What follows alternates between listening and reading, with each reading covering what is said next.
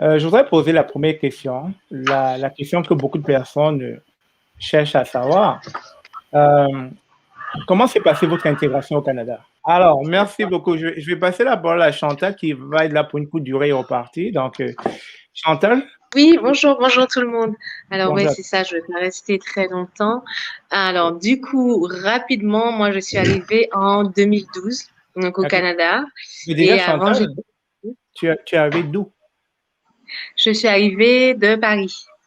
Ah, OK. Alors à la base, moi je suis de la Martinique, OK.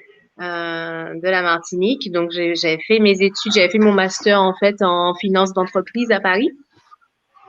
Et puis ensuite, j'avais trouvé un travail. Alors désolée, il y a un bébé. Il Si n'y a vous pas de entendez des souci. bruits.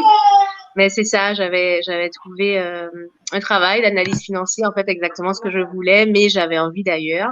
Donc, j'ai fait un PVT, donc c'est un programme vacances-travail qui permettait aux jeunes d'aller au Canada et de pouvoir travailler pour n'importe qui, là. Mais c'était 1 an seulement. Donc, du coup, j'ai tout quitté à Paris, je suis arrivée à Montréal. À Montréal, j'ai fait pas longtemps parce que je voulais aussi l'anglais. Donc, j'ai bifurqué à Toronto. À Toronto, donc voilà, je me suis démenée, j'ai pu trouver des colocs, enfin une coloc et tout ça. Et alors, au niveau du travail, ça n'a jamais été un problème parce que moi, j'acceptais les petits jobs là. Donc une fois, je faisais du stop avec des colocs et puis il y a une dame qui nous a embarqués et puis elle nous a dit, attends, chut, chut. Et puis elle nous a dit, enfin, elle m'a demandé en fait, est-ce que je cherchais du travail et tout ça. Puis je lui ai dit oui, que j'étais là pour l'expérience en anglais et tout ça. Et donc elle m'a dit, il n'y a pas de problème, vous pouvez commencer mardi 8 heures. Et donc en bonne française, je lui ai demandé est-ce qu'elle voulait pas un CV et tout ça. Puis elle m'a dit non, non, c'est bon, j'ai parlé avec vous, c'est bon, vous commencez mardi. Donc en fait, c'était une crêperie. Donc je suis passée de analyse financière à faire des crêpes dans une crêperie. Mais bon, pour autant, ça m'a permis de m'imprégner un petit peu de la culture d'entreprise finalement qu'ils ont là-bas et puis commencer mon réseau. Mais alors, après, donc comme j'ai dit, le PVT, c'était 1 an. Donc, il me fallait vite trouver un moyen de rester sur le territoire. Et c'est là que les complications ont commencé au niveau immigration.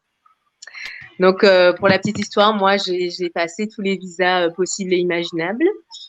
J'ai fait une demande de résidence permanente qui a été refusée la première fois. Une deuxième demande qui a été refusée également encore. Donc en fait, voilà, niveau immigration, c'était vraiment compliqué.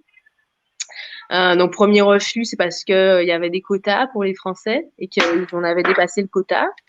Deuxième refus, c'est parce que c'est moi en fait qui avait fait des petites erreurs. Mais voilà, enfin pour rester légal sur le territoire, c'était très compliqué.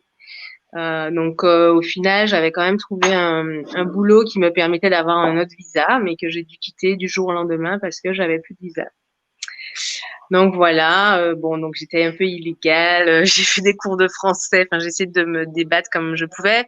Je voulais pas rentrer en France, je voulais pas rentrer en Martinique non plus. Pour moi, ce serait un échec là. Donc du coup, je suis restée. Je suis restée et puis à force de persévérer, ben ça y est, la résidence permanente est passée.